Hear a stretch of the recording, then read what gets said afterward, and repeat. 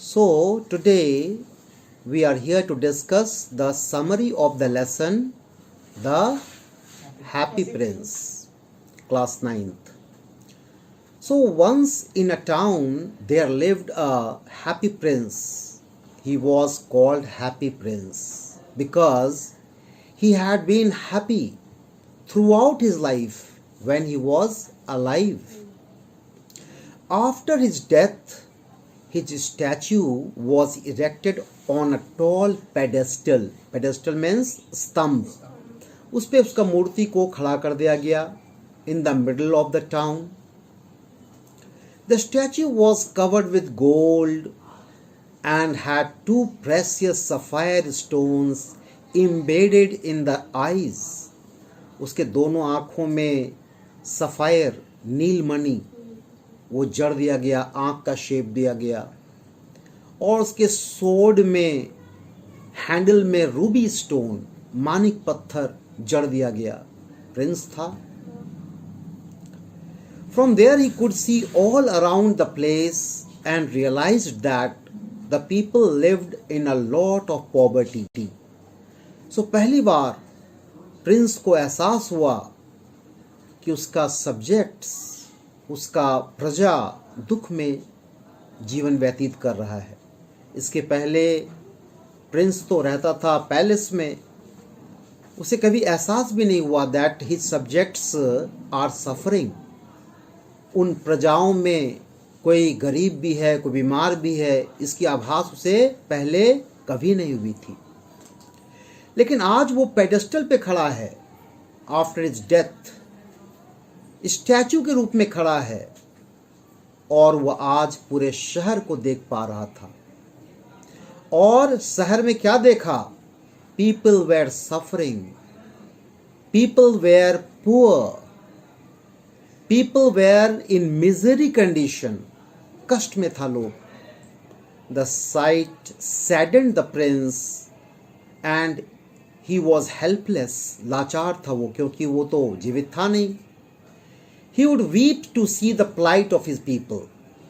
लोगों की दशा देख करके वह रोता था. वह मूर्ति रो पड़ता था. One day a swallow bird was flying through the city on its way to Egypt to meet his friends. इसी क्रम में swallow bird, एक पक्षी का नाम है, वो फ्लाई कर रहा था शहर होकर के.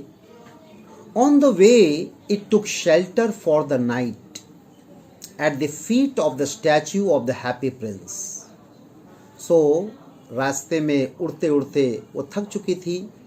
So, रात्रि विश्राम हेतु उसने कहाँ शरण लिया? हैप्पी प्रिंस का स्टैचू जो था उसके नीचे.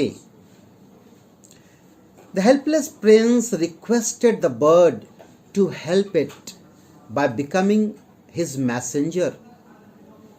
हैप्पी प्रिंस ने क्या रिक्वेस्ट किया उस स्वॉलो बर्ड से कि मेरा संदेशवाहक बन जाओ, मुझे as a courier person help करो, मुझे उन गरीबों का मदद करना है जो हमारे इस राज्य में बहुत ही निर्धनता से जीवन जी रहे हैं और बहुत बेचैन हैं, व्याकुल हैं, तकलीफ में हैं.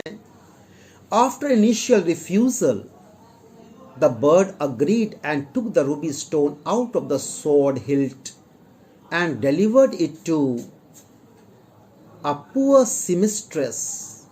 So पहला मदद किसको किया? पुअर seamstress, एक दर्जिन को. क्या चीज से मदद किया? स्टैचू से जो रूबी लगा हुआ था उसके सोड में, उससे निकाल करके वो डिलीवर कर दिया. किसको? सीमिस्ट्रेस को. The next morning as he went to bed goodbye, the statue convinced him to stay back. So next morning गया भाई कि भाई इजाज़त अब दो, मुझे इजाज़त दो, मुझे जाना है इजिप्ट. लेकिन प्रिंस जो है उसे इजाज़त नहीं दिया और ऐसा कहा कि अभी तुम्हें और मदद करना है मुझे. That day the bird was asked to remove the sapphire stone from one of the statue's eyes and delivered it to a young playwright. So young, एक युवा नाटककार था, उसको भी प्रिंस ने देखा कि दुखी है और गरीबी के वजह से वो अपने नाटक को नहीं लिख पा रहा है.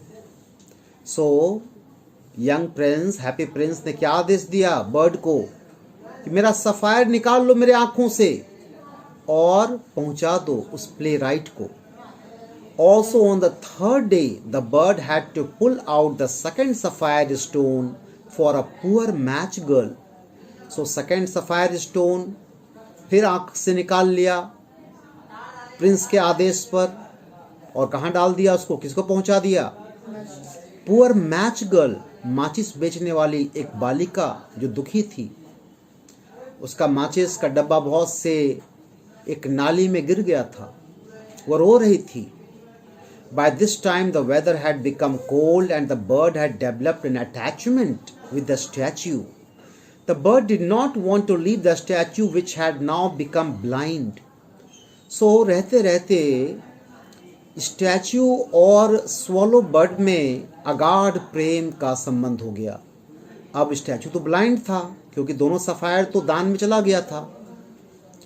अब ये खुद छोड़ना नहीं चाह रही थी. किसको? हैप्पी प्रिंस को. कौन नहीं छोड़ना चाह रहा था? Bird, swallow bird. The happy prince asked the bird to go around the city and inform him of the condition of the people living there. ऐसा करो स्वॉलो बर्ड, पूरे राज्य में तुम उड़ करके विचरण करो और मुझे बताओ किस अवस्था में मेरे लोग रह रहे हैं. ऐसा आदेश किसने दिया? The bird told him that the rich were making merry while the poor lived in misery. ये बर्ड खबर दी कि गरीब लोग जो है वो कष्ट में जी रहे हैं और अमीर जो है वो मैरी मेकिंग कर रहे हैं, खुशियां मना रहे हैं. As the happy prince did not have any more precious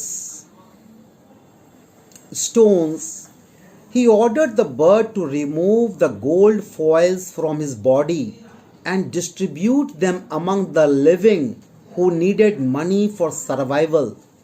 अब सफ़ायर जा चुका था, रूबी जा चुका था.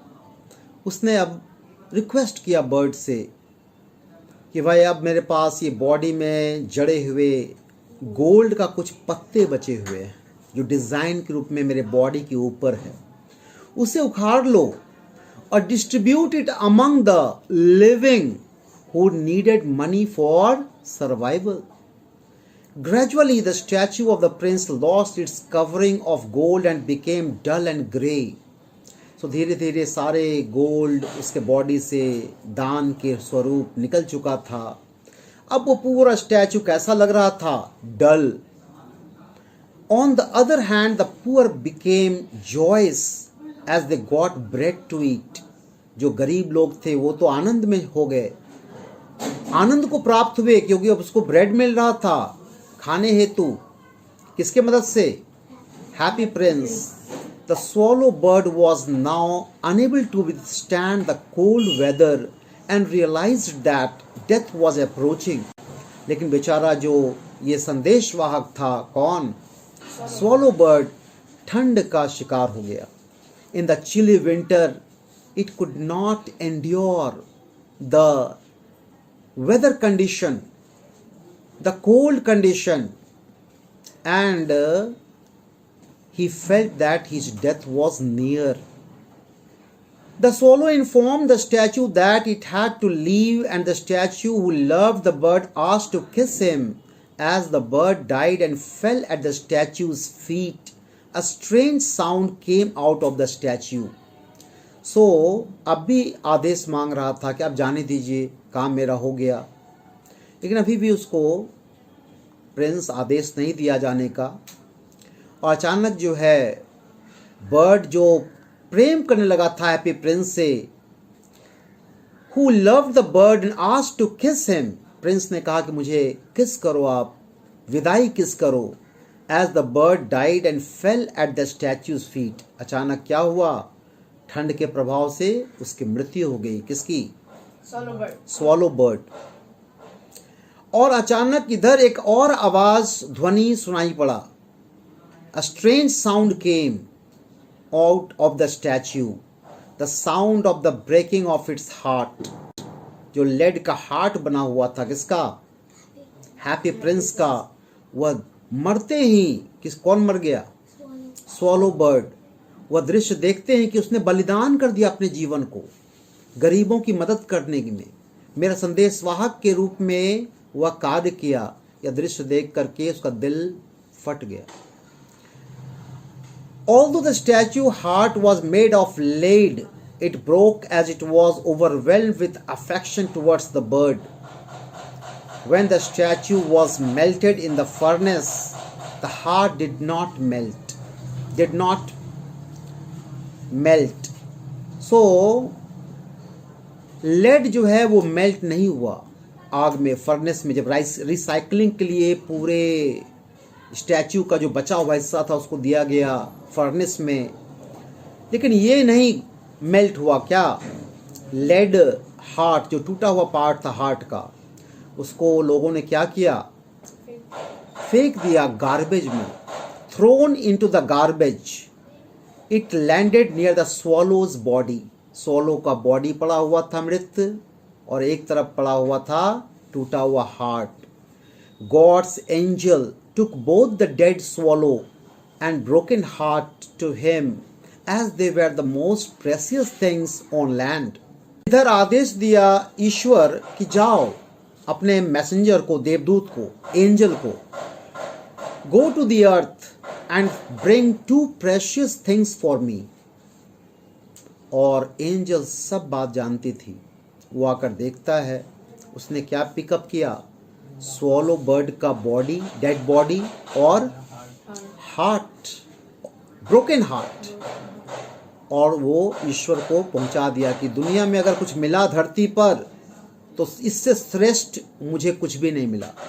ईश्वर खुश होकर के स्वॉलो बर्ड को और हैप्पी प्रिंस को स्वर्ग में जगह दिया.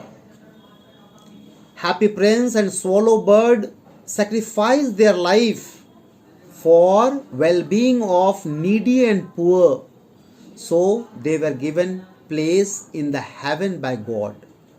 So here we can see that what is the theme of the lesson.